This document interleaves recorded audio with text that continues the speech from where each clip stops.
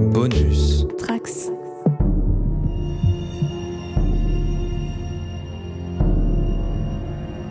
Allez, pour cette fois-ci, c'est le retour de l'IA, donc je m'occupe plus de rien du tout. Allez, go l'IA, c'est toi qui fais le lancement. Go! Bienvenue dans L'Art de l'Incident, c'est le ici. podcast où ils vous apprennent enfin comment transformer des idées banales en chefs-d'œuvre de fiction, Je sais ou pas. du moins, en quelque chose d'écoutable. Peut-être. Ici, ils s'apprêtent à décortiquer, analyser, et surtout, prétendre qu'ils savent exactement comment créer des récits fascinants. C'est carrément nous ça. Alors, accrochez-vous, parce qu'ils vont faire semblant de maîtriser l'art de l'incident. Avec beaucoup de sérieux, évidemment. Maintenant, le résumé.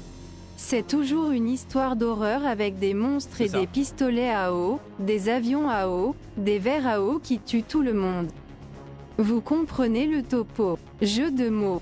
Yes. Allez maintenant, je vous fais le résumé des avancées et des modifications. Ouais, vas-y. Bon, le héros, eh bien, il est devenu une héroïne.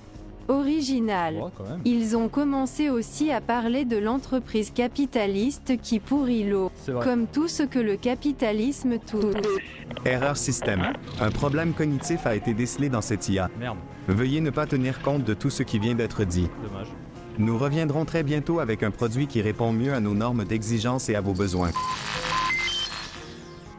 Ouais, c'est le mot capitaliste qui a fait bugger la machine, mais bref. Je vais devoir me taper donc le résumé tout seul, une fois de plus. Bon, souvenez-vous, le dernier épisode a permis de questionner certaines idées, mais surtout il a vu donc le changement important, le genre du protagoniste, qui pour moi semble être une bonne idée, mais bon, il a l'air de remettre ça en cause. Bref, c'est pas grave. De toute façon, pour moi, je dois bien l'avouer, ça a été un moment capital, en tout cas ça m'a permis de me mettre à réfléchir un peu mieux au personnage et à lui donner un contour un peu plus précis, mais ça, on va en reparler un peu plus tard. On a pas mal parlé de l'antagoniste, alors là ça a été un peu moins brillant, parce qu'au final on sait toujours pas qui c'est. Non, c'est toujours pas, on a plein d'idées, hein, mais bon, bref, ça nous a quand même permis de parler de l'usine. Bon, elle sera sans doute personnifiée par un patron, j'imagine, ou une espèce de Burke, comme dans Aliens. Bref, ça, c'est pareil, on verra, mais ça nous permettra peut-être aussi de parler du déni, ce qui me semble être un thème plutôt intéressant à exploiter. On a aussi donc reparlé de la pool party, avec l'incursion d'un infecté, et de être celui donc que la dealeuse d'eau a aperçu lors du crime qu'elle a commis auparavant, lorsqu'elle volait de l'eau, quoi. Bref, petit détail, l'infecté pourrait être un employé de l'usine. Ça nous permettrait de coller en gros tous les éléments de l'intrigue ensemble. Bref, la créature va tomber dans l'eau, et peut-être même qu'elle va se dissoudre comme un cachet effervescent. En tout cas, même, j'aime beaucoup l'idée, mais c'est pas dit que ça se passe comme ça. On verra. En tout cas, donc cet événement va surtout nous permettre de créer l'élément perturbateur parce que le frère va se faire infecter. Surtout ce qui va permettre au personnage principal d'avoir une motivation pour traverser le récit, ce qui est un peu ce qu'on recherche. Donc voilà où on en est un peu maintenant, mais là il est temps de présenter mon binôme sur ce projet. Thibaut, comment ça va Thibaut ? Ça va très bien, même si j'ai un peu peur des IA qui parlent avec un accent québécois. Et ouais, c'est les pires. Bref, on va commencer par la question qui sert toujours à ouvrir le podcast, qui est: est-ce qu'il y a des thèmes, des obsessions, des personnages ou des images récurrentes qui te hantent et autour duquel tu tournes souvent lors de tes créations ? Ouais, tout le temps.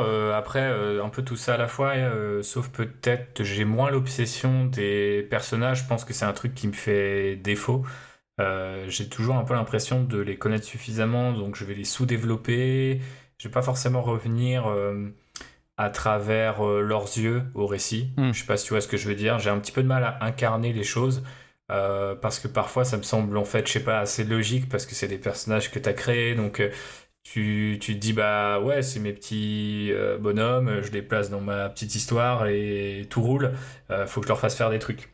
Et je crois que j'en avais déjà parlé quand on avait lancé le podcast dans les premiers épisodes, que c'était un truc qui me travaillait un petit peu et que j'essayais d'avancer sur cette question-là pour pouvoir être un peu plus proactif autour de ces personnages-là et aussi revenir souvent à ce genre d'ancrage en fait dans le récit. Mais sinon, beaucoup les images, ouais, effectivement, parfois même presque que ça. Beaucoup de choses que j'ai développées ou que je suis en train de développer et que je développerai peut-être un jour sont nées de simples images un peu, parfois je dirais même presque un peu stupides, j'allais dire. Donc ça revient et je me dis tiens, c'est quand même vachement cool. Est-ce Est-ce que j'aurais pas envie d'aller plus loin? Et je sais pas si on est tous et toutes comme ça, mais j'ai tendance, c'est peut-être le côté ancien, enfin je dessinais beaucoup quand j'étais petit, j'aime toujours un peu bidouiller, machin, je prends des figurines, il y a toujours un peu ce côté artiste du côté visuel, en fait, j'ai souvent besoin de ces images-là et de visualiser un truc avant de me lancer. Et à l'inverse, c'est quand j'arrive pas à me dire, ok, ça serait joli, ou ah, tel personnage ressemblerait à ça ou à ça. Quand j'ai pas un truc en tête assez précis, j'ai du mal à avancer en fait. Souvent, c'est par les images que j'avance et après, je crève des trucs autour de ces images. Ce qui est un peu, je pense, un piège. Parce que bah, des fois, t'as, je sais pas, l'image de ton personnage qui est super cool et tu lui mets une histoire dans les mains et tu dis ça va rouler. Et en fait, tu te rends compte que c'est le personnage d'à côté qui avait l'air un peu moins cool et qui inspirait pas forcément la même chose chez toi, mais qui peut être potentiellement plus intéressant. Je sais pas si t'as ce même contraste entre il y a des trucs qui te hantent, mais c'est pas forcément les trucs qu'il faut écouter, quoi. Ouais, bah souvent, ouais. Bah, c'est des fois t'investis un peu trop un personnage, un sujet, un truc, et c'est pas ce qui marche le plus. Parfois, l'histoire va prendre sa propre direction, et c'est être à l'écoute de ça, quoi. Ouais.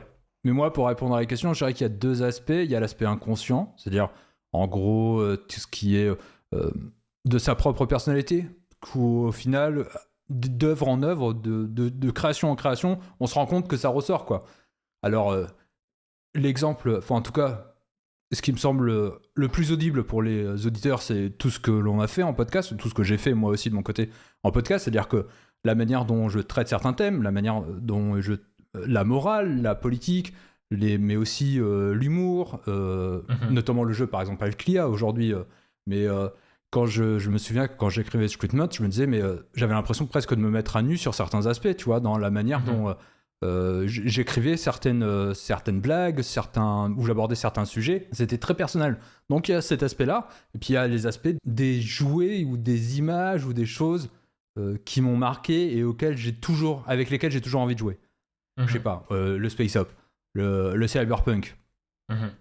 Bah aussi certaines idées ou certaines questions morales par exemple, mais ça peut être aussi, et là c'est ce qui va un peu faire le lien avec le reste du podcast. Je sais qu'il y a une figure que j'ai vue dessiner dans les grottes de Lascaux qui me hante depuis un certain temps et que j'ai très envie d'investir dans la fiction. Et je sais que souvent dans ce que j'écris, où il y a parfois, quand ça s'y prête évidemment, eh ben, j'ai tendance à le voir ressurgir. Ouais. Et donc là, j'ai l'impression que, en tout cas, quand j'ai réfléchi à l'histoire, parce qu'entre les deux épisodes, il y a beaucoup de choses qui me sont un peu passées par la tête, et tout d'un coup, j'ai retrouvé ce personnage. Mais avant de nous lancer d'ailleurs dans le sujet, je vais tout de suite mettre la petite chanson, qui est une chanson de Tyler Childers, qui s'appelle Nose on the Grindstone, et vous allez comprendre pourquoi je la mets, parce que je vais vous l'expliquer.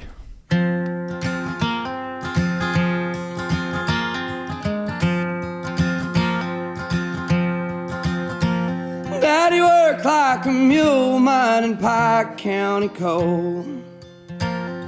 He fucked up his back and couldn't work anymore. He said one of these days you'll get out of these hills. Keep your nose on the grindstone and out of the pills. See, the ways of this world will just bring you to tears. Keep the Lord in your heart and you'll have nothing to fear. Live the best that you can and don't lie and don't steal. Keep your nose on the grindstone and out of the pills. Alors maintenant, quand j'écoute des chansons, je cherche toujours à trouver une qui pourrait correspondre au podcast. Je suis complètement matrixé par ça. C'est-à-dire que dès que j'ai une chanson, je me dis attends, est-ce que ça correspond tu vois, par exemple là, c'est vraiment pour le contexte. J'expliquerai pourquoi. Mais il y en a d'autres, c'est vraiment pour les personnages. Où tout d'un coup, je commence à mettre des chansons sur les personnages. Je me dis ah tiens. Alors ça me permet aussi de mieux me les représenter. Et donc là, pour le contexte, c'est évidemment donc c'est Tyler Childers raconte l'histoire d'un père qui dit à son fils de toujours travailler pour s'extirper de la condition qui lui est la sienne, qui est celle d'un mineur qui s'est cassé le dos à force de travailler, et donc il lui demande en gros de toujours travailler, de d'essayer de s'extirper de la condition dans laquelle il est. Et donc de se tenir aussi éloigné des Pills, c'est-à-dire de ce qui touche aussi la région du Kentucky et de ces régions-là, c'est-à-dire tout ce qui est la crise des opioïdes. Et évidemment, il y a un couplet où l'enfant dit ces mots ont été quelque chose qui m'ont fait chaud au cœur, mais j'ai pas pu me tenir éloigné. Et j'aime cette idée de parler de la fatalité des lieux, c'est-à-dire à quel point une génération de parents essayent de faire en sorte que l'avenir de leurs enfants soit supérieur à la leur, et pourquoi ils travaillent et pourquoi ils se cassent le physique dans ces lieux, dans des activités qui sont des lieux de torture quelque part, pour quelques dollars, pour permettre à leurs enfants, et leurs enfants vivant dans les mêmes lieux finissent par subir aussi le poids de la société, de ce qui les entoure, quoi, et à quel point c'est difficile de sortir de sa propre condition. Et ça, je trouve que c'est un thème qui est hyper intéressant, et que je sais que, par exemple, dans l'idée que je me suis fait du personnage principal, en tout cas dans mon esprit, elle a un peu de ça en elle. Ouais, je suis assez d'accord avec toi. Donc, d'ailleurs, bon, je tourne un peu autour du sujet, mais est-ce que toi, t'as eu comme ça des idées, des impulsions entre les 2 épisodes que l'on enregistre, entre le précédent et celui-ci, hein? Parce qu'autrement, je peux balancer, moi, plein de choses, hein. J'ai été loin, quoi. Ouais, bah tant mieux, parce que moi, beaucoup moins. Après, faut dire que j'ai été en vacances et que j'ai un peu essayé de déconnecter des différents projets qui passent par ma tête. Après, un truc qui est assez intéressant et sur lequel j'ai eu l'occasion de discuter, mais pas du tout en rapport au podcast, c'est cette approche qu'on peut avoir du genre justement en France. C'est vrai que là, des références qu'on a sorties au cours du podcast sont souvent américaines, jusqu'à encore la chanson que tu apportes aujourd'hui, et qui est très cool d'ailleurs. Mais du coup, je me disais, il y a peut-être une tendance par rapport à ce qu'on disait sur le fantastique lors du dernier épisode, à avoir un peu envie de pas fermer les yeux, mais tu vois, on s'en rapproche, on va vers les trucs de plus en plus fantastiques, on va vers des choses vraiment folles. Et au dernier moment, on fait un petit pas de côté ou un petit pas en arrière, on se sent presque un peu effrayé ou un peu timide à l'idée d'y aller. Je pense que ça commence à changer, mais c'est vrai que c'est une tendance dans le genre tel qu'il est représenté en France, où il n'a pas vraiment encore décidé, même si on a... Enfin voilà, les fans de films d'horreur par exemple, ils savent qu'il y a une école espagnole comme il y a une école française, mais on la définit peut-être moins bien, notre école à nous, parce que c'est vrai qu'il y a des fois des trucs très... l'horreur sociale, etc., et avec pas mal de métaphores. Et en même temps, il n'y a pas cette espèce de transition vers quelque chose parfois de plus physique, de plus mécanique aussi, par rapport à tout ce dont on a déjà parlé. Et je me disais, en discutant de ça avec certains potes, que ouais, sur le projet, il faudrait choisir entre cette relative distance, voire même timidité, si on était un petit peu méchant, avec le truc fantastique, ou se dire bah non, en fait on va aller de l'un à l'autre, et on va commencer à placer un moteur, et on va y mettre de l'essence, et on va monter dans les tours, et à la fin on va exploser sur quelque chose de vraiment cool. Et malgré tout ce que je disais tout à l'heure sur le fait que j'ai essayé de déconnecter, l'image du cachet effervescent dans la piscine m'est revenue, parce que bah en fait j'ai loué une maison avec des potes où il y avait une piscine, et en fait la première fois que j'ai plongé dans la piscine, je me suis dit genre ah putain, c'est vrai qu'on avait cette image là, et je me disais, tu vois, c'était super bien, il y avait des bières et les copains et tout, et je m'imaginais cette scène, tu vois, ouais. Genre un mec sortir du bois, parce qu'on était, enfin c'était une espèce de forêt de bambou là derrière nous pour cacher chez le voisin, et je m'imaginais le voisin, tu sais, qui arrive en hurlant, qui jette dans la piscine et qui commence à se dissoudre, et j'étais en mode quelle image assez forte quoi quand même, tu vois, justement dans ce côté à la fois fantastique et en même temps enfin peut-être aussi fantastique à l'ancienne, c'est-à-dire tu vois, le côté dans le réel surgit quelque chose d'un peu improbable, pas forcément juste un truc de monstre ou de malédiction, mais un espèce d'événement qui va faire dérailler tout le reste, et je trouve ça assez cool. Mais en dehors de ces quelques réflexions là, je t'avoue, je suis resté assez soft.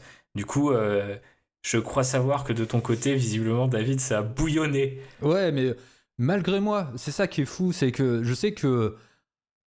Alors, j'ai l'avantage, je l'ai déjà dit, mais le fait de faire le montage, c'est-à-dire de nous réécouter et de se dire, et de faire le résumé, et de se dire, ah oui, tiens, au final, dans l'épisode précédent, il y a assez peu de grands trucs que l'on a trouvés, c'est-à-dire qu'on n'a pas cette grande idée, Et je trouve c'est marrant d'ailleurs, parce que là on a quand même nous enregistré, enfin là on est au 6e épisode, c'est-à-dire que on a 5 épisodes derrière nous et il y a des épisodes qui sont plus mous, enfin avec des temps plus morts et d'autres avec des temps forts. Et souvent les épisodes avec des temps morts génèrent plus de choses intéressantes après, et je trouve qu'il y a un vrai yo-yo hyper intéressant. Bref, là à la sortie de cet épisode, je me suis dit on a quand même changé le genre du personnage. Je me suis dit en quoi pourquoi ça m'intéressait, pourquoi le fait que tout d'un coup ce soit une femme, ça devenait intéressant dans mon esprit. Et je me suis dit c'est marrant parce que au final tu t'attends pas à ce que un personnage féminin fasse ce genre d'activité. À quel point il y a un contexte social, une idée de ce que tu te fais de la répartition du rôle des genres, à quel point on l'a tous ancré en nous et c'est un carcan. Donc je trouvais ça hyper intéressant d'avoir un personnage qui ne répondait pas à ce carcan. Et qui devenait... Et donc je me suis dit, donc elle est forcément marginale. On avait déjà cette idée de marginalité depuis le début, mais là elle devenait encore plus marginale, parce qu'il faut que ce personnage soit déconnecté de la société. Alors qu'elle a un frère, par exemple, qui lui est beaucoup plus intégré dans la société. Et je trouvais que le contraste était hyper intéressant. Et je me suis dit, mais quel genre de personnage peut être à ce point déconnecté de la société et quel est son physique, à quoi elle ressemble, qu'est-ce qu'elle pense. Et donc là, tout d'un coup, je me suis dit, tiens, oui, c'est peut-être une cachien, par exemple. Je veux dire, quelqu'un qui a décidé de soit par malgré soi, de se tenir à l'écart de la société. Et donc tout d'un coup, ça y est, je commençais à voir un peu le personnage, quelqu'un qui serait peut-être tatoué, quelqu'un qui qui serait peut-être un peu en décalage, un peu en rébellion. Et je pense qu'elle a travaillé par exemple dans l'usine. On sait pas non plus c'est pareil, ça c'est l'un des aspects. Pour le moment, j'ai pas de réponse, mais quelle est l'activité exacte de l'usine. Bref, j'ai commencé à voir ce personnage et à voir comment elle pouvait peut-être fonctionner et fonctionner aussi en fonction des autres. C'est-à-dire, je commençais à la discerner et notamment peut-être que dans les prochains épisodes, je vais peut-être balancer des chansons qui m'évoquent ce personnage si on la garde jusqu'au bout. C'est pour ça d'ailleurs je préférais celle sur le contexte parce que c'était plus facile, parce que ça il va assez peu bouger pour le moment, mais alors que le personnage peut encore évoluer. Là il a changé de genre en 2 épisodes, donc c'est normal quoi. Mais voilà, j'ai pas mal pensé à ça. La question, je vais te la poser. Ah, peut-être que c'est un peu tôt, peut-être qu'il faudrait que... non, je pense que c'est un peu tôt encore si je te la pose, parce que moi c'est une question qui m'a aussi beaucoup aidé à les réfléchir, qui est, il y a l'horreur, on parle de l'horreur, et je me suis posé la question de savoir quelle était leur plus grande peur à chacun d'entre eux. Et évidemment, la personnage de la marginale, peut-être une peur par rapport à la société, peut-être une peur par rapport aussi à son rapport à l'autre. Je pense que c'est beaucoup plus ça d'ailleurs, qui m'intéresse d'ailleurs, parce que ça nous permettrait peut-être aussi de faire la connexion avec le fait qu'elle se retrouve à devoir prendre en charge son frère. Et donc ça la fait confronter forcément à sa plus grande peur. Mais comment, voilà, toutes ces questions-là sur... bah oui, c'est ça, sa plus grande peur, et puis son frère, c'est quoi sa plus grande peur? Et je pense que peut-être que c'est se retrouver dépendant, c'est-à-dire qu'il est quand même infecté, et tout d'un coup, il se retrouve à la charge de sa sœur, c'est-à-dire que c'est sa sœur qui est en mesure, ou pas, de le sauver. Alors que c'est un bonhomme, quoi, Parce que pour moi, dans ma tête, lui, il a pas trop changé. Je trouve que j'ai vraiment une idée d'un type qui est un peu gaillard, quoi, hein, un peu espèce de... Je veux pas dire masculiniste, mais pas loin, quoi. Ok. Donc déjà, qu'est-ce que t'en penses? Et est-ce que ça t'inspire, quoi, avant que j'aborde d'autres aspects? Bah moi je trouve que ça fonctionne plutôt bien. Je sais pas jusqu'où placer le curseur parce que comme je dis, je me projette pas forcément systématiquement avec les personnages, mais je trouve que par rapport à ce qu'on avait déjà débroussaillé, elle fonctionnerait bien comme ça. Je pense que ce décalage aussi, il ramène une thématique intéressante de devoir finalement par l'exigence des événements revenir à la société, se confronter aux gens, et en même temps ça manifeste si c'est quelqu'un qui a peur de s'intégrer par exemple, ou en fait qui veut pas s'intégrer parce qu'il trouve, elle trouve en l'occurrence la société dégueulasse, bah en fait quand la société se referme sur toi parce que t'as ce qu'on va pour l'instant qualifier d'espèce d'invasion zombie noyée chelou autour de toi, et que du coup bah en fait à la fois faut aider les gens mais en même temps faut pas trop s'en rapprocher, enfin l'angoisse devient très tangible quoi. Ouais. Bah, Donc je trouve ça intéressant, et je pense pouvoir ensuite à titre plus personnel, des fois t'as besoin aussi de trucs sur lesquels tu peux connecter, et moi je sais que notamment quand on était bloqué à la maison et qu'on avait cette espèce de compteur de personnes qui disparaissaient du Covid, tu vois, chaque jour, ouais. je trouve que c'était un truc, mais pour mon esprit et pour mes obsessions, les peurs qui étaient les miennes, j'avais vraiment l'impression d'être un peu dans même un de mes pires cauchemars ressemblait pas vraiment à ça, tu vois, et c'était très difficile à vivre, ça l'est d'ailleurs toujours par rapport au déni dont on parlait dans l'épisode précédent, et du coup je trouve ça hyper... je vais me faire un petit peu de mal du coup en le disant, mais c'est sûr que je trouve ça hyper intéressant quand tu peux manifester la peur du personnage dans quelque chose d'assez tangible, et c'est ça dans lequel l'horreur fonctionne généralement très bien, quoi, parce que les gens acceptent cette espèce de métaphore, là où dans d'autres genres ils vont trouver ça un peu pas subtil, tu vois ce que je veux dire, alors qu'en fait avec l'horreur c'est presque attendu par moments, surtout ces dernières années où il y a vraiment limite un petit fétichisme sur le fait que tel ou tel perso est traumatisé de ça, et ça va devenir un peu la menace du film, tu vois. Pas forcément sous la forme explicite de son trauma, mais ça lui fait revivre, ça lui fait passer par des étapes et confronter à des sujets que il ou elle avait pas envie de vivre. Donc je trouve que ce côté-là amène, ce que tu dis là amène forcément quelque chose d'assez puissant. Et après, je pense qu'effectivement, visuellement, il y a un truc un peu cool, et tu disais punk à chien, donc j'imaginais aussi un chien, et j'adore moi chien, aussi, hein. donc voilà. Pour moi, il y a un chien, c'est sûr, il y a un chien. Ouais. Et d'ailleurs, Il faut toujours un chien. Il y a dans le rapport. Ah, j'ai deux scènes, parce que moi, étrangement, ça a soulevé beaucoup d'images, de scènes et de choses comme ça. Et donc, j'ai imaginé une scène donc, où il y avait le chien et le frère qui était à l'arrière, et le chien était mieux traité que le frère, et que tout d'un coup, il pouvait y avoir un moment une bascule entre les deux. Alors, peut-être que le chien va aussi se retrouver infecté, ce qui peut être hyper intéressant aussi d'un point de vue du poids psychologique que ça peut provoquer chez notre personnage, du choc. Et donc voilà, ouais.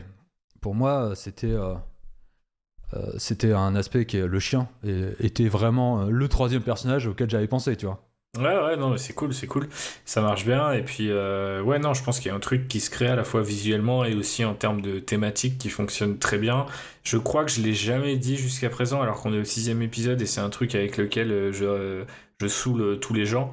Mais je dis souvent que des fois t'as des bonnes idées, et elles s'emboîtent avec une autre bonne idée, et ça fait comme un puzzle, mais que idéalement il faut pas avoir des pièces de puzzle, mais il faut avoir des rouages entre eux. C'est ça. Qui permettent en fait de créer une machinerie, un truc un peu plus global. Et donc forcément, quand tu me parles de quelqu'un qui est en marge de la société, soit volontairement ou non, soit même peut-être les deux, c'est-à-dire a choisi d'être en marge par rapport à certains aspects, mais a été condamnée d'y rester par rapport à d'autres, justement, si elle a travaillé à l'usine, est-ce que ça s'est mal passé, est-ce que c'est après ce travail-là aussi qu'elle est devenue comme ça, ou est-ce que c'est avant, est-ce qu'il y a eu quelque part une forme d'échec, de dire allez ok je retourne parce qu'il me faut de la caillasse, et puis l'usine elle a fermé, donc quelque part voilà, la société l'a de nouveau trahi. Il y a des choses très intéressantes qui se créent, les rouages commencent à tourner, quoi. Ouais, bah c'est ça, c'était un peu c'est pour ça que quand je t'ai dit moi le passage entre cet épisode et toutes mes réflexions, c'était vraiment de trouver des liens, des connexions, et comment mon cerveau cherchait à tout prix à boucher ses vides et à trouver des moyens on a quand même des éléments, c'est pour ça que depuis faire quand même 6 épisodes où on est là à chercher et on tourne toujours autour des mêmes thèmes, et c'est juste que comment tout d'un coup le spot va se porter sur ce thème, ce sujet-là, et qui va permettre de connecter avec le reste. Et c'est pour ça que donc ma deuxième grande idée, et ça c'est pareil, elle est arrivée comme ça comme un éclair dans un ciel d'été, c'est et d'ailleurs c'est arrivé hier, tu vois, j'étais en train de préparer le conducteur, je finalisais le conducteur, et je sais que je tourne autour de cette idée de comment on peut faire fonctionner cette horreur. Pour le moment, je la vois pas encore. Je vois pas encore tout à fait comment l'appliquer et comment lui donner vraiment cette dimension survie, même si surtout qu'on a décidé de ralentir, c'est ce que je sais plus si je l'ai dit dans l'intro, mais c'était écrit en tout cas, de ralentir un peu la période d'infection. Donc elle est beaucoup plus lente, donc elle est beaucoup moins choquante dans le cœur de notre récit. Et je me suis dit, et tout d'un coup je me suis souvenu du feu. Et je me suis dit, on va faire un huis clos, tout le village va être entouré par les flammes, et la question, ça sera de savoir si tu vas mourir par le feu ou par l'eau. Il me semble que c'est une idée qu'on a dû déjà name dropper à un moment parce que ça me paraît pas aussi original que ça. Mais non, ça paraît pas aussi fois... original que ça. C'est ça la folie. Mais des fois, c'est ça. Enfin, petite parenthèse pour sortir un peu du cadre du projet qui est le nôtre. Mais je veux dire, au-delà de ça, c'est ça qui est génial parce que je sais notamment que sur un projet sur lequel je taffe un peu de manière plus ou moins intense depuis 2018, cette année, j'ai découvert une technologie ancienne qui est désuète. Parce que c'est un truc qui se passerait dans un passé alternatif. Et je me suis dit, putain, ça y est, c'est ça. Et en fait, j'ai découvert que dans un des premiers carnets que j'avais noté, j'avais déjà noté cette technologie. Et que, je sais pas, à l'époque, ça m'avait pas paru pertinent. Et donc, des fois, t'as un côté, sinon, il pourrait être entouré par les flammes. Et du coup, il meurt par l'eau et par les flammes. Ah ouais, c'est marrant, David. Et sinon, du coup, le personnage, et tout t'oublies complètement. Et d'un coup, tu reprends un peu de recul et tu reconfigures. Et c'est aussi, je pense... Enfin, c'est rigolo, mais je pense que c'est pas forcément une erreur. Je pense vraiment que le cerveau fonctionne comme ça et qu'il y a une espèce d'idée de. En fait, il y a des idées que tu cultives un peu inconsciemment. C'est ça. Du coup, elles te reviennent à la gueule comme un boomerang et t'es en mode, ouais, effectivement, c'est ça depuis le début, tu vois. Et là, tu le dis et je suis en mode, comment ça, on devait faire autre chose, quoi, tu vois. Genre, bien sûr que c'était ça, tu vois. Et bien sûr, en tout cas, que ça paraît cohérent. Mais c'est pour ça que je trouve que c'est ça qui est intéressant. Et alors.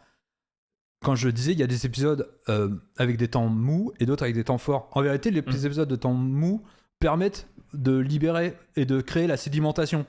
Et où tout d'un coup, ça t'arrive comme ça, comme des flashs, où tu te dis, mais attends, mais c'est vrai, le truc du feu, on l'a déjà dit. Jamais on s'est dit, ah mais feu et huis clos, ben c'est parfait. Oui, oui.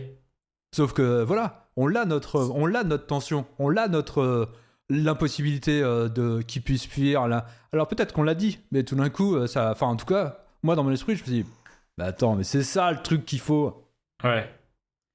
Surtout que ça paraît assez logique par rapport à l'introduction qu'on disait d'aller piquer dans une piscine. Ça peut être le village d'à côté et puis au final le feu il est jamais vraiment. Enfin tu sais, on pense qu'il est éteint mais il redémarre. Ce qui d'ailleurs je crois, il faudrait que je vérifie, mais il y a un film de Taylor Sheridan, je crois, avec oui, avec justement avec des feux de forêt, je sais plus comment ça s'appelle, qui est sur Netflix là, bien sûr, le maçon.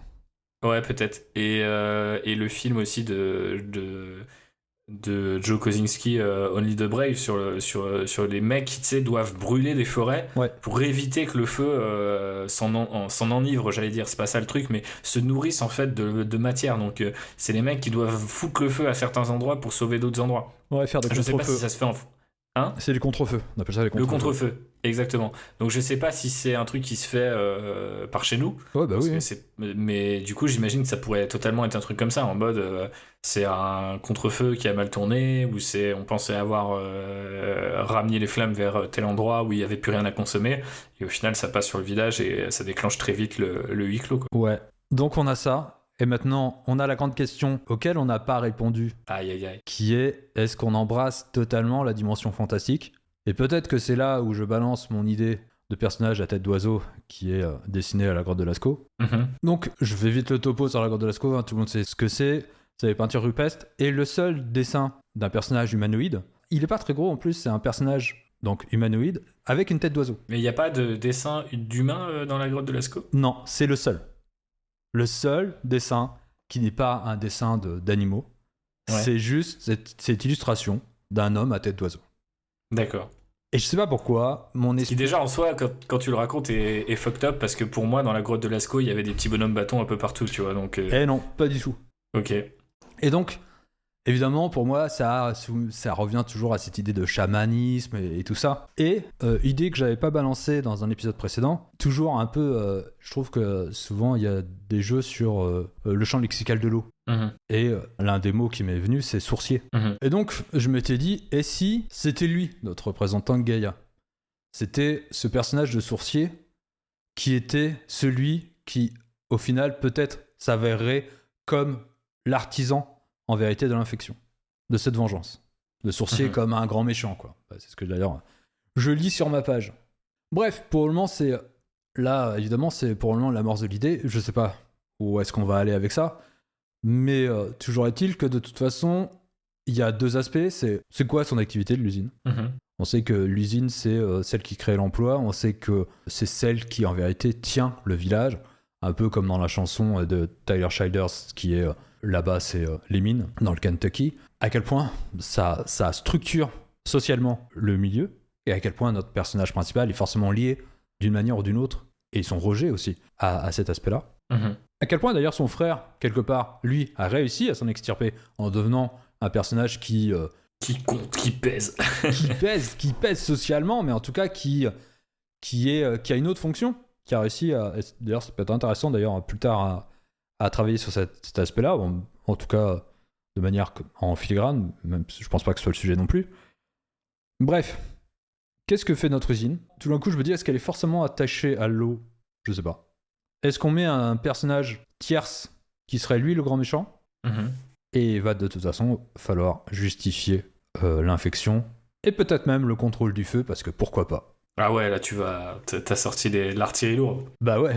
L'usine, j'ai l'intuition que, et j'aime bien cette consistance-là, même si, quel que soit le récit, même si elle peut avoir l'air d'être une forme d'obstination / de manque de subtilité, je pense que l'usine, elle doit être dans les eaux. Ouais, ça paraît de toute façon assez logique, parce que là où il y a des feux de forêt, c'est quand même beaucoup les montagnes. Là où il y a des glaciers avec des sources, c'est aussi les montagnes. Du coup, là où il y a des bassins industriels qui ont disparu, c'est aussi ça. Donc du coup, je pense que... Enfin, ça me paraît cohérent par rapport à l'environnement, au type de récit qu'on veut raconter, à ce qu'on connaît de notre beau pays et de ses régions, et puis aussi à la partie business de la chose. Tu vois, je veux dire, les trucs, que ça soit Évian ou les grandes villes que moi j'ai connues dans mon enfance, parce que j'ai vécu dans les Vosges, Vittel, Contrexéville, etc. Les énormes usines autour du fait de foutre de la flotte dans des bouteilles d'eau, c'est vraiment ça. Et tu peux aller visiter, d'ailleurs, les sources de ces trucs-là, et tu peux même payer ta petite bouteille et te servir directement, même si bon, le capitalisme te fera comprendre que c'est pas voilà, tu peux le faire, tu peux aller goûter un truc à la source, mais c'est eux quand même qui l'exploitent le plus, et il faudrait pas non plus que tu viennes te servir tous les jours. Donc il y a quelque chose d'assez intéressant, et qui peut-être, même si je dois t'avouer que spontanément je suis pas hyper fan de l'idée du côté chaman, Gaïa, etc., dont on avait aussi un petit peu parlé la dernière fois, j'avoue que quand il y a consistance, j'ai tendance à me dire, c'est pas forcément mon truc, tu vois, c'est pas forcément mon délire, mais ça marche, tu vois. Et si ça marche, bah je me laisse porter et je découvre des nouvelles choses. Et je découvre peut-être aussi un style d'horreur un peu différent, justement une façon d'aborder des sujets sans perdre ce côté un petit peu pulp, un peu ou pop, tu vois, et de dire ouais, ok, il y a des chamans, tu vois, dans l'histoire, il y a un truc autour de la source qui est magique ou qui a été empoisonné, un truc un peu mythologique, un peu biblique derrière tout ça, tu vois. C'est pas forcément ce vers quoi j'aurais été d'après ce qu'on se disait jusqu'à présent, plus sur un truc d'horreur sociale, pour le dire avec des guillemets. Mais en même temps, est-ce que l'horreur sociale, elle peut pas aussi être une horreur sociale et fantastique, enfin au sens, tu vois, un peu loufoque, quoi. J'avoue que je pourrais être convaincu. Là, j'aurais du mal à articuler le personnage, en fait, lui-même, tu vois. Mais l'idée, par contre, que la source puisse être à la fois la source du problème et en même temps la source de la richesse de cet endroit à l'origine, me semble être assez jolie, quoi. Ouais. Bon, donc ça sera une usine à eau, mais ça, on le savait déjà. Mais c'est bien de le... Ça aussi, on le savait déjà, même si on avait parlé de poissons, je crois, dans les premiers épisodes. Ouais, Mais parce qu'on était beaucoup plus sur le lac, qui est une figure qui peut toujours exister, mais être plus une sorte de background, et pas forcément l'ouverture comme on l'avait pensé au tout départ, comme quoi, tu vois, il y a des choses qui parfois semblent vraiment intimement liées au récit, et qui sont peut-être pas si importants que ça. ouais, où Après, il il va se trouve revenir que- dans 2 épisodes en disant « Putain, il y avait un lac !» Ouais, c'est ça, un peu ça. Non, mais après, de toute façon, comme je dis, c'est cohérent avec... je connais aussi bien toute la région autour en fait, du lac Léman, etc. Mm. Enfin, je veux dire, c'est là aussi où tu as des... je veux dire, toute la flotte, tous ces glaciers, ils ont donné des marques d'eau qu'on connaît que trop Ouais, bien. bah oui, Quoi. c'est ça. Donc, en fait, que ce soit Thonon, Évian et que sais-je, c'est à cet endroit-là. Et du coup, ça paraît assez cohérent que ça puisse être peut-être un échappatoire pour, par exemple, les personnages qui vont... quitter, enfin tu vois, si tout est en cendres autour de toi et que le feu arrive, bah tu montes sur l'eau, sur des canaux, enfin je sais pas, tu vois, il y a des images qui peuvent... Surtout lac que peut si l'eau est complètement infectée, Bah oui, t'es un peu baisé quoi, genre... t'as pas intérêt que ton canot se renverse, quoi. Ouais, et en même temps, c'est fin, très Stephen King un peu, tu vois, en mode, le seul endroit où on peut aller c'est sur l'eau, mais l'eau elle est contaminée, on le Ouais. sait, et écran noir quoi. Mais je sais pas. En tout cas, ce que je sais c'est que spontanément ça paraît... Enfin, franchement, ça paraît tellement logique qu'on aurait tort de faire la fine bouche et de dire ouais, non, je sais pas, peut-être que l'eau, ça marche pas. Non, franchement, Non, l'usine, l'eau, elle fait de la flotte. Non, ce que je veux dire, c'est que par rapport à l'usine, Ouais, l'usine, pour moi, c'est sûr que l'eau, elle est là. Et en plus, il y a eu je sais pas combien de scandales sur le fait que. Je t'avais raconté, je crois, l'eau qui était. Enfin, les Ouais, bouteilles ouais. en plastique qui étaient enterrées, oui, bah oui. l'eau qui respectait pas les consignes, etc. Donc je pense qu'on peut s'inspirer de ça aussi et dire un truc du coup vraiment pertinent. Maintenant, c'est toujours pareil, on tourne autour de cette idée. C'est pour ça que l'idée du chaman m'est venue, et c'était un peu à cause de la conversation de l'épisode précédent, c'est de savoir qui est à l'origine de l'infection, pourquoi. Mhm. Et ce pourquoi-là, le problème, c'est qu'on est forcément obligé de glisser vers le fantastique. D'une manière ou d'une autre, quoi. Comme j'ai eu l'idée que... Alors, évidemment, on part à côté parce que c'est plus une histoire, que c'était les retardateurs de feu qui sont dans les Canadair, qui était un nouveau retardateur de feu incroyable, qui était à l'origine de l'infection. Mhm. Donc c'est aussi ça, c'est-à-dire que quelle est la bonne idée globale qui va nous permettre d'englober, là dans ce cas-là, la totalité de notre récit. Moi j'aime bien cette idée-là aussi. Et spontanément, je serais plus parti sur cette idée-là parce que le climat, l'environnement, les personnages qu'on a l'air d'écrire me semble s'inscrire un peu plus dans quelque chose de la fatalité et quelque part aussi de la stupidité de l'être humain qui crée des problèmes, pense inventer une solution, recrée encore des problèmes et le grand cycle de ces problèmes continue ainsi et pour des siècles et des siècles. J'aime bien cette approche-là dans le sens aussi où on ne dispense pas l'humain de sa responsabilité, ce qui peut parfois être, je le dis, on va dire, c'est pas toujours le cas, mais c'est vrai que si tu places un élément fantastique très fort, type la Terre se rebelle, la source c'est comme si, etc., on peut se dire, ok, les pauvres mecs, ok, il y en a, ils voulaient faire du fric et c'était des connards, mais les autres, ils avaient rien demandé, tu vois. Je pense que ça fait effectivement pas le même film, mais je pense que du coup, dans tous les cas, il y a une horreur qui est... parce qu'il y a de l'horreur, entre guillemets, je sais pas comment on pourrait dire, en fait, un peu technique, en mode l'homme a joué à Dieu, et il fallait pas. Et il y a une horreur où il y a des choses que l'homme ne peut pas comprendre, type des dieux qui vont les punir, tu vois. Ouais, et c'est ça. C'est pas le même délire. Après, je sais pas... c'est marrant parce que j'ai eu une discussion pas plus tard qu'hier sur un projet à moi qui normalement va se faire. Et c'était un peu le genre de truc de se dire en fait on a deux approches et il y en a une qui est très classique et peut-être l'autre un peu plus pulp.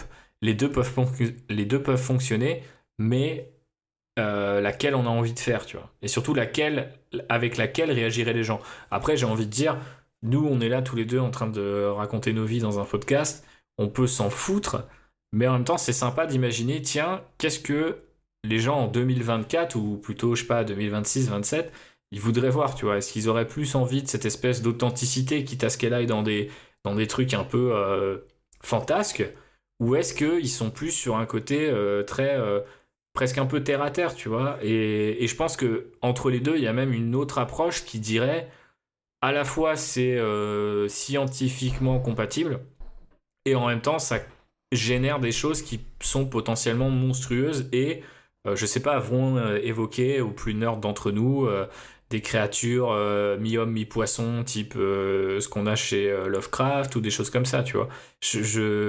Un bon exemple par exemple de ça, c'est dans Vermine, t'as la peur des araignées. Et on te dit à un moment, ouais, ces araignées-là, à chaque fois qu'elles font un nid, etc., elles grossissent en fait. Et donc elles sont de plus en plus grosses. Et tu te dis, bon, le film il joue avec ça, parce qu'à un moment il faut des araignées plus grosses, mais est-ce que le film va faire une araignée de telle taille? Et en fait, le film continue à jouer avec cette règle, et c'est assez intéressant, même si en soi, on n'explique jamais qu'il y a un totem d'araignée en dessous de l'immeuble qui fait grossir les araignées, ni même on explique pourquoi cette espèce-là deviendrait plus grosse à chaque reconstitution. Il n'y a pas vraiment de raison, tu vois. C'est un peu un truc comme le xénomorphe, quoi, tu vois. Ils ont ce cycle de vie-là, et deal with it. Donc, c'est un peu ce qui me semble être l'approche entre les deux autres. Bah écoute, il y a quelque chose de l'ordre du vaguement expliqué scientifiquement, mais on comprend pas vraiment pourquoi, tu vois. En gros, parce que moi ça m'évoque un truc, ça évoque la création des super-héros dans les années 60, enfin tout le cycle Marvel, c'est-à-dire une araignée radioactive, les rayons gamma pour Hulk. Ouais. Toute cette manière de jouer sur un peu la crainte de la science et des conséquences. Alors, il y a les conséquences positives, et puis il y a l'abomination, quoi. Donc, on serait plutôt dans cet ordre-là, quoi. Je me dis, ouais, après, j'ai pas Ce qui envie est très pour pulp autant... aussi, hein, quelque part. Ouais, oui aussi, hein. Enfin, je veux dire, je pense pas que ça soit... Après, ça dépend, c'est-à-dire qu'en fait, on peut dire, ouais, regardez, que ça soit l'usine, l'interaction entre l'usine et des... Comment t'appelais ça? Des retardateurs de feu, Ouais. des choses comme ça. Enfin, je veux dire, le côté... l'homme l'a inventé rend pas forcément la chose moins effrayante. Simplement, ça crée une espèce effectivement de boucle dans laquelle au moins ça résout les choses. Là où je pense que le fantastique, des fois, tu vois, il pose plus de questions il ne répond à ces questions-là, tu vois. Ouais. Si à un moment du film, on nous dit que le vieux pote punk zadiste de l'héroïne, en fait, c'est un sourcier qui est là depuis 400 ans et qui a décidé tu vois, de faire s'abattre la colère de Gaïa sur les hommes, les gens vont peut-être se regarder en disant ouais, bizarre l'ambiance. Enfin, tu vois, c'est pas forcément ce genre de récit auquel j'attendais. Et encore que, tu vois, je sais pas, il y a peut-être un trip autour de ça qui peut être intéressant. Ça peut être un personnage qui existe, mais il peut presque être traité comme ça et ne pas être pris au sérieux, tu vois. Je sais pas, il y a des choses intéressantes là-dessus. Récemment, dans Long Legs, il y a la présence du diable qui s'exprime avec un bouc un peu dans le fond des plans et du chant. Et tu te dis, est-ce qu'ils ont juste placé un bouc? Parce que bien sûr, c'est l'image de Satan, mais ça peut créer des espèces d'effets un peu waouh quand tu fais un truc d'horreur, un peu tiens, ça me questionne, tu vois. Et c'est intéressant, je pense que ça amène quelque chose d'assez intéressant. Mais ouais, je sais pas, ou alors il y a une espèce de grande conspi à base de. Si tu veux aller encore mélanger un peu les deux approches, tu pourrais te dire, je sais pas du tout ce que ça vaut, mais du style, bah, l'usine, jusqu'à présent, elle était au courant que c'était un espèce de lieu sacré, etc., que l'eau, elle se renouvelait de zinzin, et qu'ils l'ont utilisé à mort pendant des années, et que là, maintenant, ça marche plus, parce qu'ils n'arrivent plus à contrôler le truc d'une manière ou d'une autre, parce qu'ils ont été trop loin, offensé pardon, quelqu'un ou quelqu'un d'autre, je sais pas. Mais j'avoue que du coup, si on part vers cette dimension chamanique, pour le dire comme ça demande d'inventer un nouveau pan au film Ouais. dont pour l'instant j'ai l'intuition que il est pas là, donc potentiellement il est pas nécessaire, tu vois ce que je veux dire? Ouais, pour le moment, Mais il a pas été encore questionné encore. Mais c'est Ouais, parce c'est que, pour le moment, c'est vraiment le point, je pense. À partir du moment où on aura résolu ce problème-là, on pourra se lancer dans l'histoire.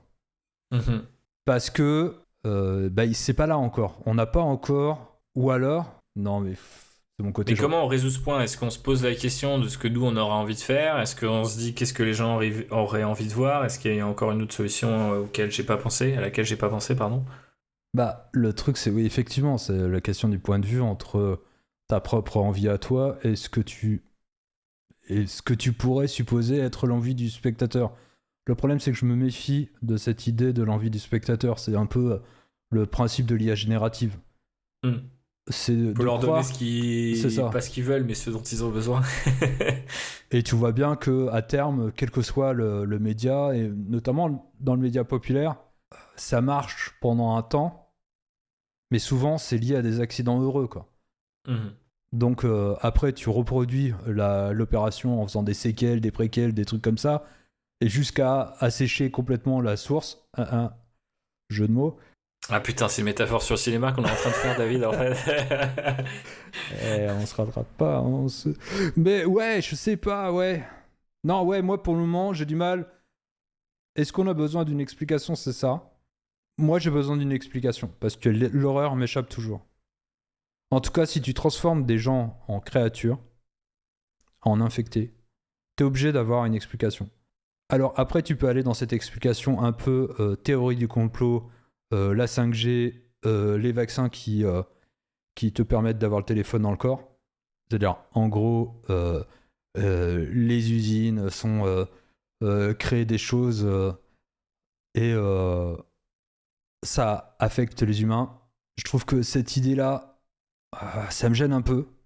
Et effectivement, l'idée du chaman, alors c'est aussi parce que je pense que j'ai vu The Medium il y a pas longtemps, ça me parle, mais ça me parle pas non plus que ça. Pourquoi ça te gêne si l'usine a créé des zombies noyés? C'est surtout le rapprochement avec l'idée de la 5G et j'ai l'impression qu'on est dans un récit vraiment très post-Covid, et j'ai l'impression que Bah, ça, de peut-être, toute façon, on n'y échappera pas. Hein. peut-être que, ouais, mais est-ce qu'on l'embrasse suffisamment ou est-ce qu'on en a suffisamment conscience?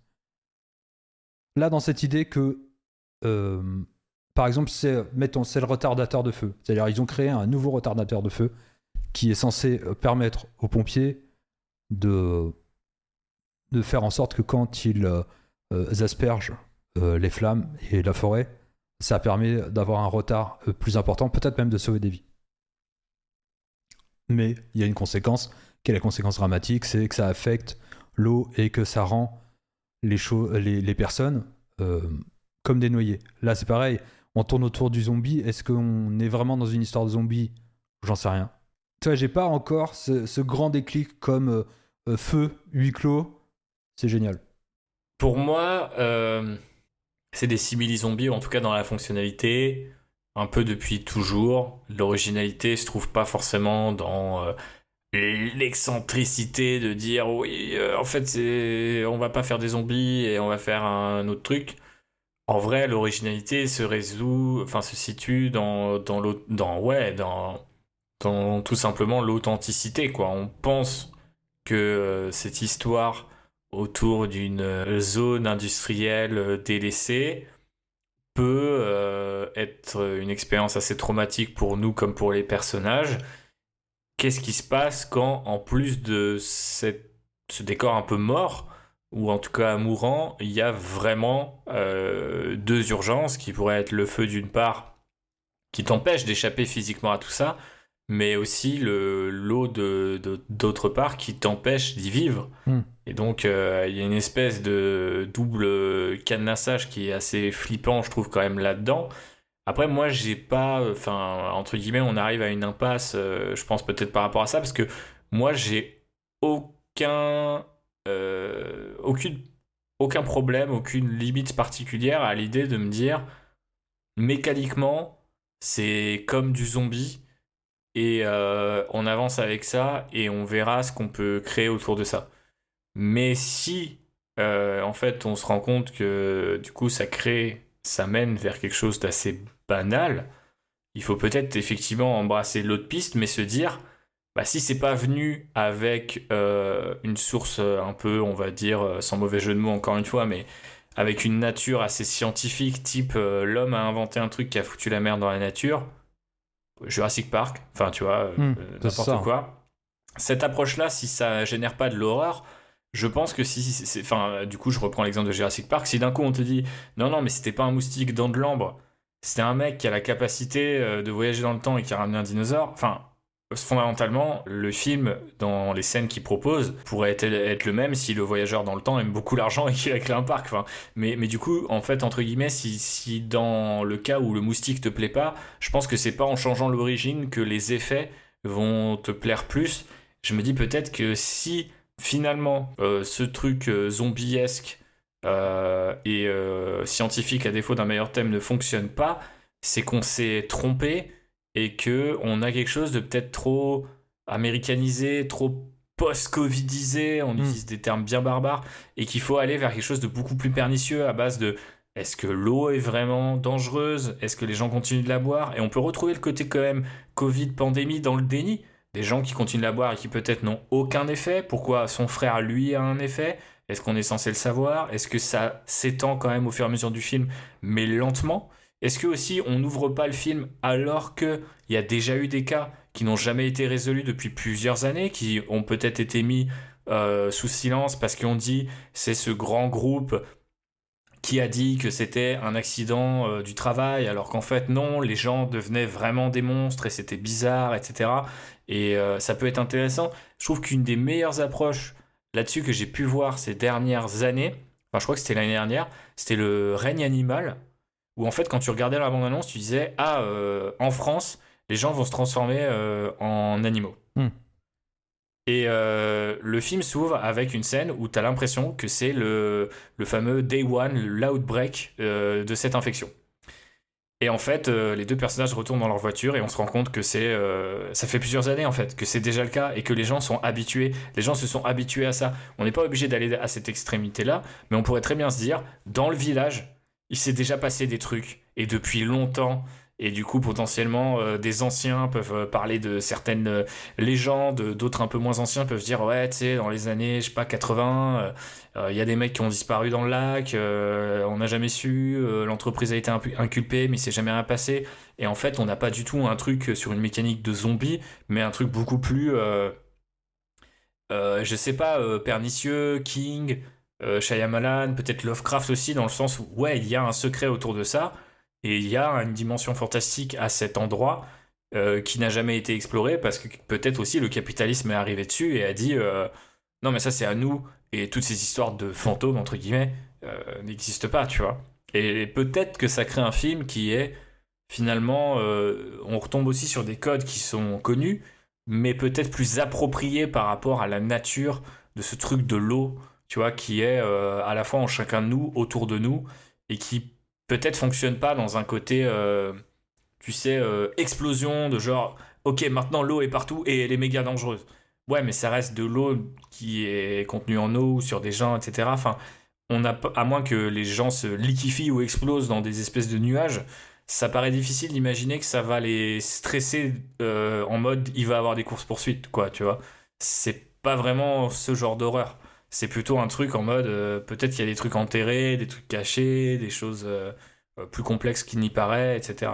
Donc on serait plus dans l'angoisse. Bah je sais pas, là j'ai juste fait un what if, on revient en arrière et on se dit que la formule n'était pas la bonne. En fait, je pense que peut-être on a collé aussi un truc en disant bah ouais, le concours de t-shirt mouillé, les pistolets à eau et tout machin, c'est super bien, mais peut-être qu'en fait ça marche bien dans un côté Jaws en mode oh non, le requin pourrait être là à tout moment. Mais ça marche peut-être aussi très bien dans le sens où au début tu vois ces trucs-là et tu t'en branles parce que tu sais pas quel genre de film tu vas vraiment voir.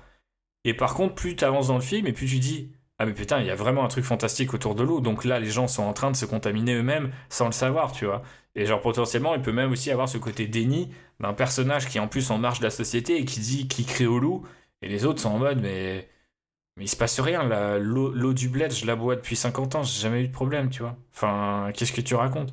Et ça fait un tout autre film, et ça peut mener vers un personnage chelou dans une caverne, tu vois, potentiellement. Enfin, je sais pas, mais j'y vois quelque chose de plus logique.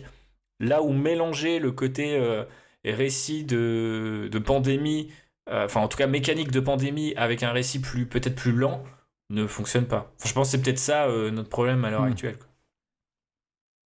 le fait que tu vois pas l'horreur en tout cas, ou que tu t'arrives pas à la concevoir, je pense c'est révélateur en tout cas d'un truc. Bah, disons que j'arrive pas à voir à quel moment, parce que l'horreur en vérité repose sur presque un ressort simple, c'est comment nos personnages se sentent menacés. Comment ça affecte presque leur capacité à vivre. Mais je pense que c'est plus facile d'écrire un truc comme on le décrivait jusqu'à présent, de dire il y a des espèces de simili-zombies, parce que c'est une confrontation physique, tu vois. Et je pense qu'il est plus dur d'incarner l'horreur quand même dans quelque chose de plus pernicieux, lent, et j'allais dire un peu dormant, ce qui correspond plutôt bien à cette expression où on dit il faut se méfier de l'eau qui dort, tu vois. Ça peut être la tagline de l'affiche, mais ce que je veux dire par là, c'est que peut-être que notre film, il est pas du tout dans ce truc à tout moment tu touches l'eau et tu deviens un zombie, mais il est en mode, ça se trouve il se passe rien, ça se trouve il se passe, ou c'est lent, tu vois ce que je veux dire, et c'est bizarre et c'est effrayant en fait de se dire, est-ce que si ce personnage avait raison, qu'est-ce qui se passe, est-ce que les gens sont vraiment en train de s'intoxiquer sans le vouloir, sans le savoir, et peut-être que moi je t'avoue que là à l'heure actuelle tel que je te le dis, je trouve que c'est limite peut-être un meilleur pitch ou plus original. Par contre, j'ai aucune idée de comment on incarne ça, tu vois, comment en fait ça peut être flippant. Comment tu crées de l'angoisse autour de l'eau que tu bois, que tu vois, avec laquelle tu te douches, mais en même temps, je sais pas, je trouve que limite en tant qu'idée de court-métrage, de juste te dire, imagine l'eau ça tue, et ton personnage il se lève, qu'est-ce qu'il peut pas faire? Il peut pas boire un café parce qu'il y a de l'eau dedans. Il peut pas se doucher parce qu'il y a de l'eau. Il faut qu'il fasse attention en sortant qu'il n'y ait pas une bouche d'égout qui déborde parce qu'il y a de l'eau, tu vois. Il faut faire attention de pas aller prendre son petit déj ou son déjeuner près des lacs où il y a des gamins qui barbouillent dans la flotte. Peut-être que le personnage est détenteur de la vérité en fait autour de cette eau et il la voit être oppressante un peu tout part.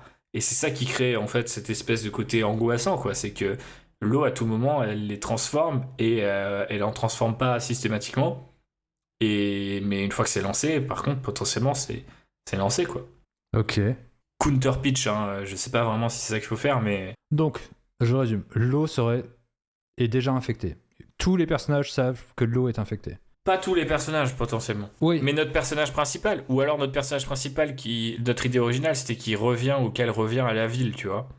Ouais. Alors après, qu'elle revienne ou pas, mais tu vois, qu'elle soit détentrice d'une espèce de savoir ou qu'elle ait visualisé un truc, qu'elle commence à théoriser un truc et que les gens lui disent « Meuf, t'es une punkette à chien, on en a rien à foutre de ta gueule, de toute façon, la région elle a plein de problèmes, les gens ils perdent leur boulot, il y a des feux de forêt, on s'en fout en fait de ton histoire de whistleblower là, tu vois, casse-toi. » Et en fait, elle mène son enquête et en même temps, vu que c'est un personnage à la marge, est-ce qu'on est censé la croire? Est-ce qu'elle a raison? Est-ce que elle va s'entêter dans des trucs qui ont une dimension fantastique? Jusqu'où? Etc. tu vois. Ok, on serait dans une horreur qui serait beaucoup moins grandiloquente. Je pense que ça serait beaucoup plus subtil et peut-être limite en mode... on pourrait presque la jouer en mode ça se trouve c'était dans sa tête depuis le début. Jusqu'à, entre guillemets, qu'on tombe sur ses premiers noyés / morts bizarres. Alors peut-être que le cachet effervescent il est trop fort, mais peut-être qu'il y a un mec qui est mort noyé et qu'on le regarde donc on fait... Par contre, là, on dirait que ça fait 15 jours qu'il est dans la flotte et il est juste il s'est noyé dans sa piscine parce qu'il avait bu trop de rosé, tu vois, il y a un problème. Tu vois, genre, des trucs comme ça, des trucs un peu plus pernicieux. Ok. Ou alors, il s'est noyé, mais juste, il s'est endormi et il s'est noyé pour aucune raison dans son lit, quoi. Ouais, c'est ça. Ouais, ça aussi, tu vois, le décalage de pourquoi le mec s'est noyé dans sa propre flotte, on en avait parlé de ça. Tu vois, de dire, en fait, l'eau que t'as en toi, elle te tue, et du coup, tu peux mourir noyé alors que t'es pas dans l'eau. De base, juste, tu la vois un peu, la scène à la Seven, où les mecs, ils arrivent, ils trouvent un cadavre, ils sont en mode, mais what the fuck, c'est un serial killer qui s'amuse à noyer les gens, il les remet chez eux. Est-ce que c'est... bah non, parce que hier, il était au boulot, donc le gars, enfin, tu vois, il y a des trucs qui peuvent se créer, quoi. Ok. Ça marche. On n'a pas de zombies, au final. Pas besoin. Bah, on a des morts ou on a peut-être des espèces de gens mourants. Oui, c'est ça. On a des expressions de gens infectés, mais on n'a pas de zombies. Oui. De toute façon, j'avais posé la question de savoir est-ce que... qu'est-ce qu'ils allaient faire, nos zombies? C'était aussi l'un des enjeux. Vomir sur les gens. Mais ce qui fait que tout le monde, j'allais dire, est un zombie potentiel, est un infecté potentiel. Tout le monde est infecté. Bah après, je trouve que c'est là-dedans où tu disais, ouais, post-Covid, machin, bah on n'y échappera pas parce que ça, ce côté-là, t'es à une soirée, potentiellement tout le monde a le Covid et tu vois, et tu peux pas le savoir. Et en même temps, je trouve qu'il y a une horreur là-dessus et un truc à travailler aussi sur le déni, de dire, bon là, ce sera pas forcément une scientifique, encore qu'on pourrait le faire comme ça, parce que c'est plutôt quelqu'un à la marge. Mais du coup, c'est sûr que c'est flippant en fait de se dire, ouais, il y a un truc qui est là à tout moment et bon, on le voit avec la variole du singe en ce moment, tu vois. Genre, on sait que ça vient, on sait qu'il y a de plus en plus de cas et on regarde, tu vois, on est là en mode ouais, mais tranquille, tu vois, jusqu'à ce que ça soit plus tranquille à un moment, tu vois. Est-ce que le film peut pas épouser ça, ce point de vue de genre, elle est pas tranquille parce que la société, elle la voit peut-être avec une autre paire de lunettes. Ou peut-être qu'elle a des intérêts à pas le voir de manière comme ça parce que je sais pas, son frère cache un début de mutation entre guillemets, tu vois ce que je veux dire, ou elle-même, tu vois, ou des gens qu'elle connaît, ou le patron de l'usine qui jusqu'à présent disait non mais ça c'est des salades, c'est que c'est n'importe quoi, et puis il est lui-même contaminé, il commence à y croire, il vient la chercher et on a un côté bah à la fois c'est Burke parce que c'est un mec qui a fait de la thune et qui veut continuer à en faire, mais c'est aussi un mec qui a tout intérêt à ce qu'on trouve la source du problème, si j'ose dire, quoi. Ok. Mais c'est vraiment je te l'ai bricolé là comme ça au fil de l'épisode pour dire bon bah l'horreur zombiesque, pandémiesque, ça fonctionne pas sur David, est-ce qu'on essaye complètement l'autre approche, quoi. Mais ça se trouve il y a un entre-deux ou il y a une troisième approche qui a trouvé, quoi. Non, mais j'aime bien cette approche. Je vois la dimension psychologique. Je vois pas, par contre, la dynamique du récit. Bah, c'est un peu, entre guillemets, le défaut de sa qualité, quoi. C'est que, du coup, c'est un récit qui est beaucoup plus lent, on comprend pas forcément ce qui va se passer. Et surtout... On ne comprend pas maintenant, on verra dans quelques épisodes. Ça... Le huis clos permettait, et notamment l'incendie, tout ça, c'est-à-dire le fait qu'on resserre en vérité le village autour de problèmes, sert un peu à rien parce qu'on est plus dans une horreur un peu psychologique, presque paranoïaque, qui est de dire attends, mais si tu bois cette bouteille d'eau, tu vas peut-être mourir, quoi. Bah, c'est pas la bonne solution non plus, hein. Mais c'est sûr que dit comme ça, c'est un peu ridicule. Après, peut-être que... Non, mais ça peut être intéressant, c'est-à-dire de jouer carrément sur la paranoïa. Ouais. On décide que l'eau, c'est un objet de paranoïa permanent, c'est-à-dire que, ou limite, vu qu'il n'y a pas d'explication où tu pourrais même avoir des scientifiques qui disent bah je sais pas, simplement je sais pas. Votre eau là, étrangement, il y a des gens, et ils tombent malades, ils ont leur corps qui se transforme, et puis à un moment donné ils se noient. On sait pas pourquoi. Et on sait pas si ça vient des larmes, on sait pas. On est dans un récit paranoïaque, on est un peu dans ce pré-Covid. C'est-à-dire de se dire, attends, et ce serait pas le tel animal? Attends, c'est parce qu'il mange certains types de viande? Ah non, ça vient de... Et ça, moi, je trouve ça assez intéressant, en fait. Enfin, ça me paraît moins revu par rapport à ce qu'on essayait de faire avant. Par contre, effectivement, c'est pas du tout la même mécanique à base de « Ouah, putain, faut sauver quelqu'un alors que le piège se referme sur moi. » C'est ça, ouais. Encore que, si à un moment, la question est de partir parce qu'il y a des antagonistes qui soient physiques ou des gens contaminés de plus en plus réguliers, etc., et que les routes sont bloquées et qu'il faut passer par l'eau, ça peut être un espèce de grand moment de stress de traverser le lac pour arriver à l'autre bout de la berge, quoi, tu vois. Ouais, donc on jouerait à mort sur la paranoïa. C'est un truc que je te propose pour savoir, qui est pas forcément ce que j'aurais fait spontanément, mais pour savoir si ça évoque chez toi une horreur plus pertinente, en fait. Bah, c'est une horreur que j'arrive à mieux visualiser. Ouais. Elle me semble... je pense qu'elle rabat toutes les cartes de ce à quoi on a pensé. Pas impossible que dans 2 épisodes, si on part sur ce truc-là, le personnage principal a encore changé. Ouais, c'est clair. Bah oui et non, parce que le côté voleuse d'eau, elle va dans la villa, première scène, c'est un mec qui est là, il est dans son lit, il a l'air de se noyer, elle comprend pas, elle le dit pas. Et puis après, son frère qui est pompier a récupéré ce mec-là, donc il est contaminé en le touchant d'une manière ou d'une autre. Et tu vois, en fait, elle se dit, bah merde, en fait, j'aurais dû faire quelque chose là, je l'ai pas fait. Je sais pas ce que j'ai vu. Je prends des drogues, potentiellement, j'y croyais pas moi-même à ce mec noyé dans son lit. Et puis tu vois, t'as un espèce de truc en mode, bah ouais, en fait, est-ce qu'elle a vu ce qu'elle a vu? Puis tu vois, t'as une scène où tu te dis, ouais, le perso, il est cool, il est marrant, il va voler de l'eau chez les riches. Et puis d'un coup... t'as le gars qui se noie dans le lit de sa putain de villa et tu fais attends mais what, enfin, t'as un point de départ qui me paraît assez fort, quoi. Non, mais on peut garder même les 3 scènes. Le truc, c'est que. C'est-à-dire même le fait que le gars plonge dans l'eau et infecte l'eau. C'est-à-dire que tout d'un coup, si on joue sur cette dimension paranoïaque, on a quelqu'un qui demande de l'aide. On n'est pas face à un zombie qui en reçoit peu ou pas, finit par mourir noyé dans l'eau. En vérité, il était déjà noyant auparavant. Il est secouru, sauf que tout d'un coup, on arrive dans une dimension paranoïaque. C'est t'as touché ce corps, t'as touché cette eau, t'es sensiblement un futur infecté. Ouais, ça c'est pas mal, hein.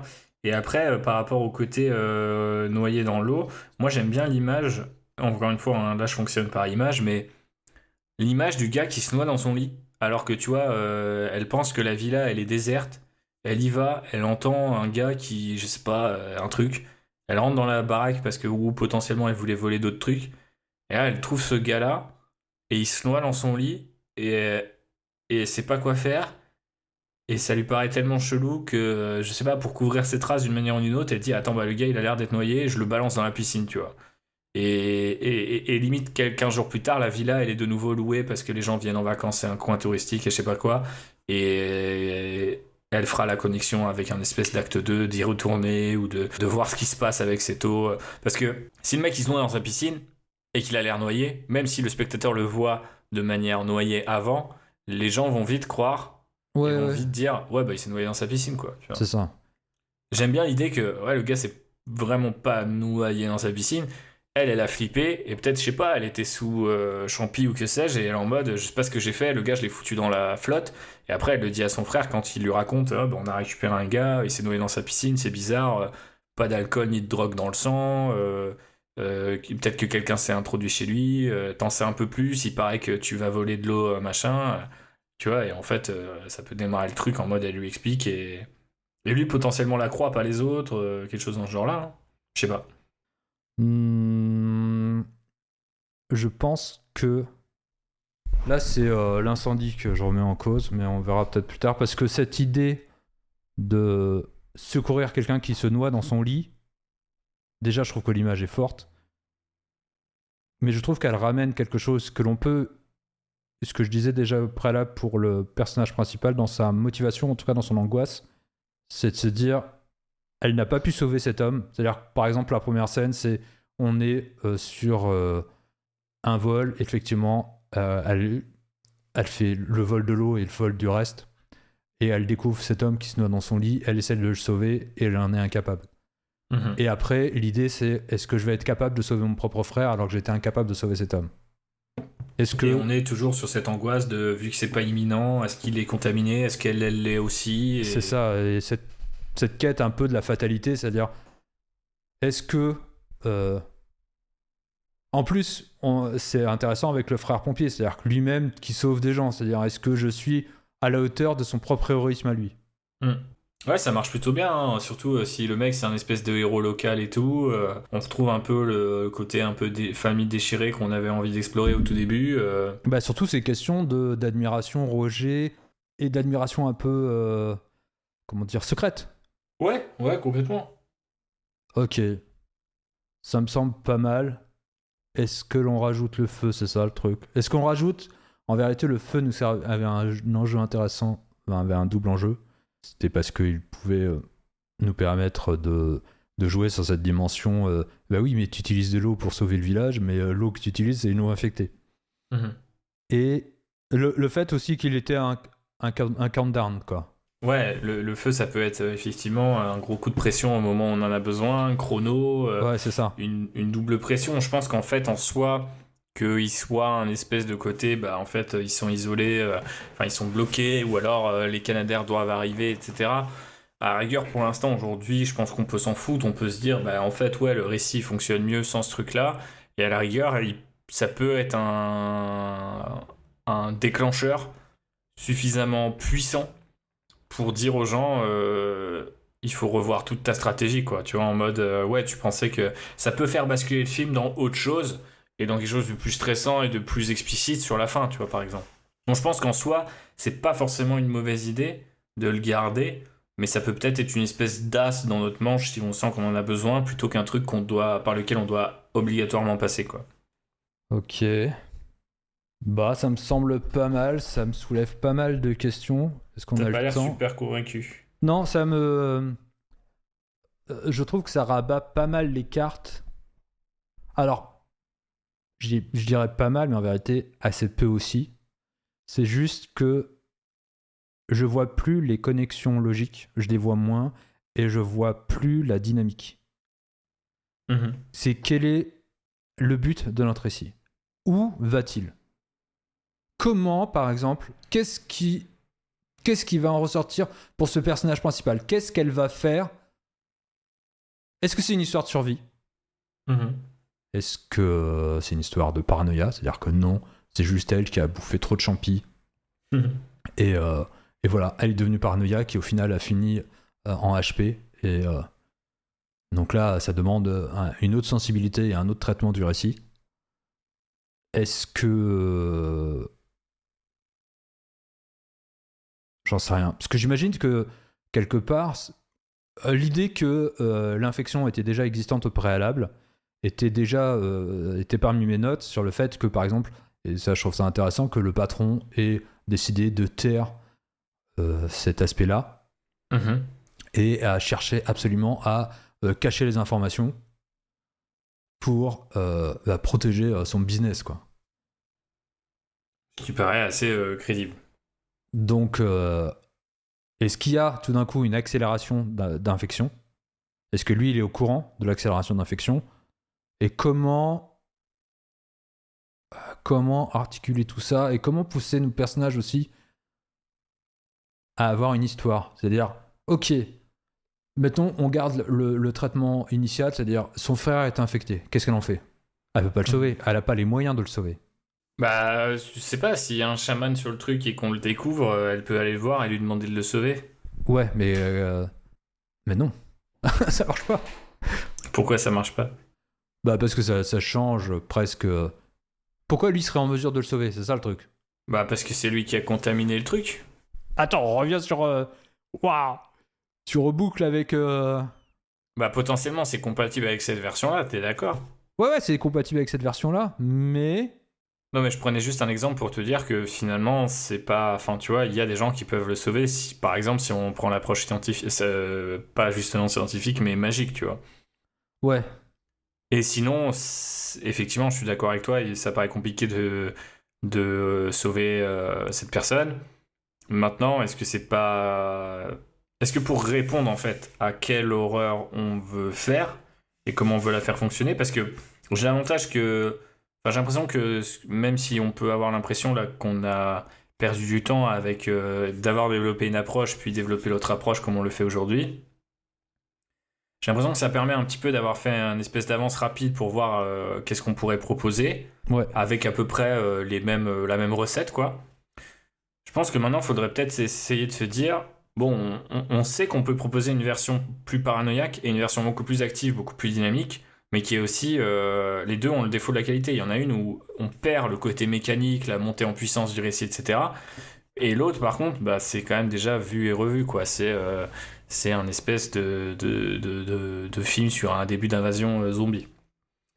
Mais je pense que enfin, en fait, je suis en train de me dire, est-ce qu'il faudrait pas dire, ok, on a ces deux trucs-là, pour l'instant, on valide A et B, tu vois, en mode, c'est nos deux pistes.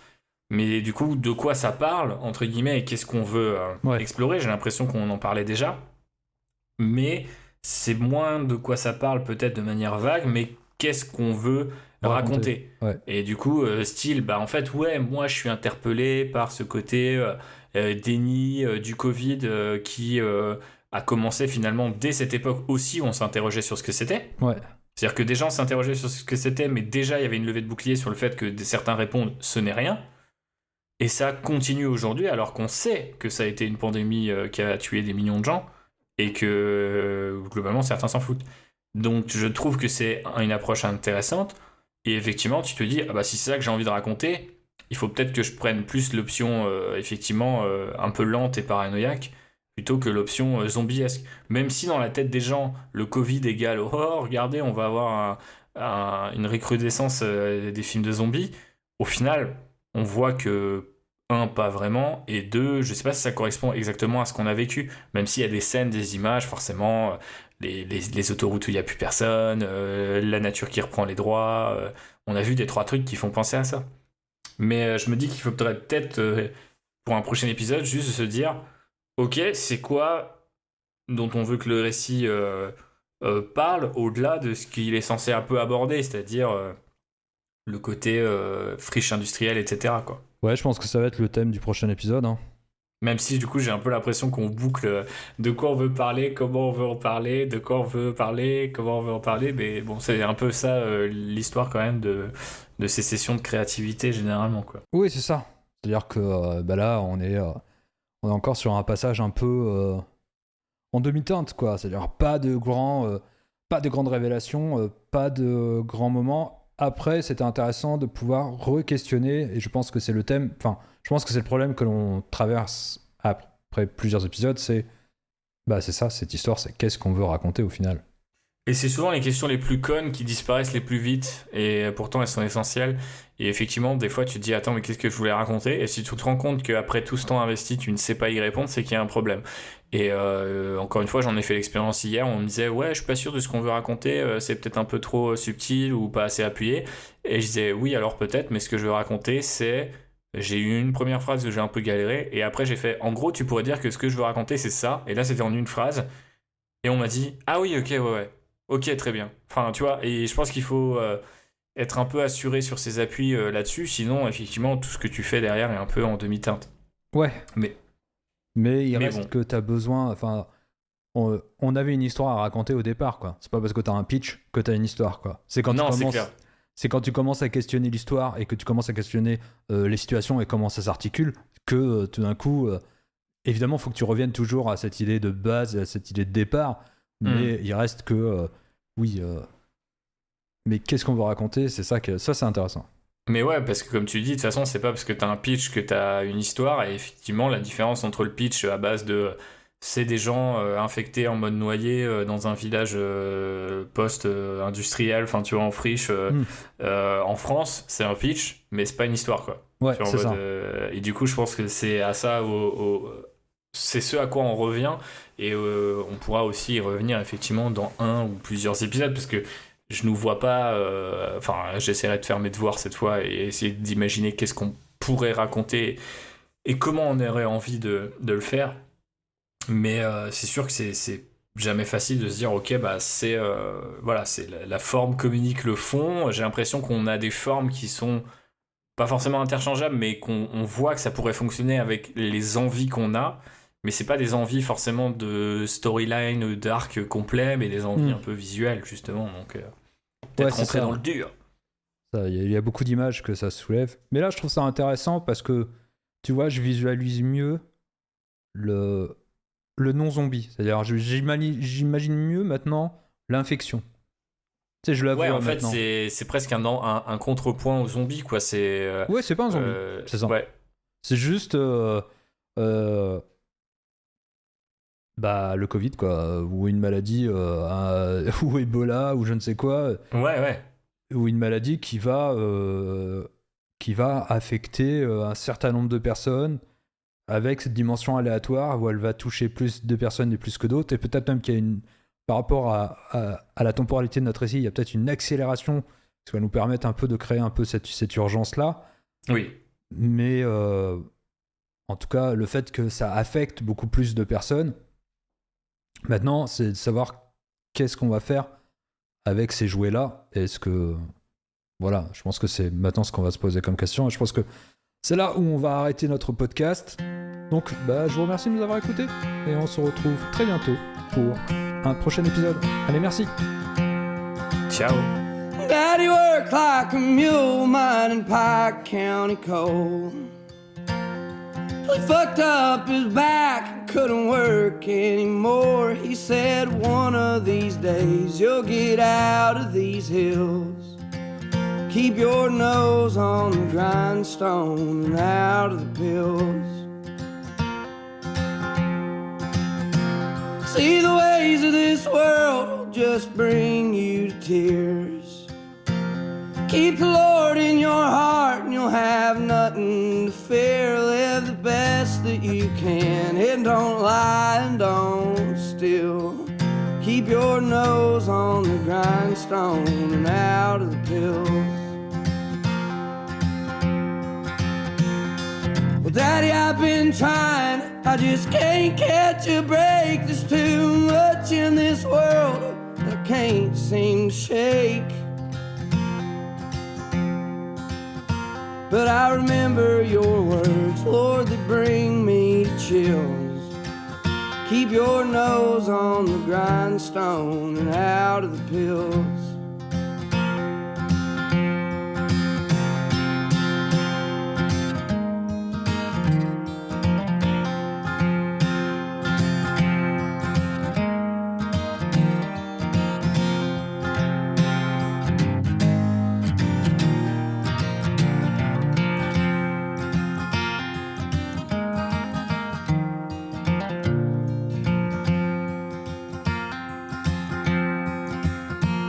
Keep in mind that a man's just as good as his word. It takes twice as long to build bridges you've burnt. And there's hurt you can cause, time alone cannot heal. Keep your nose on the grindstone and out of the pills. Well, Daddy, I've been trying, I just can't catch a break. There's too much in this world I can't seem to shake. But I remember your words, Lord, they bring me to chills. Keep your nose on the grindstone and out of the pills. Keep your nose on the grindstone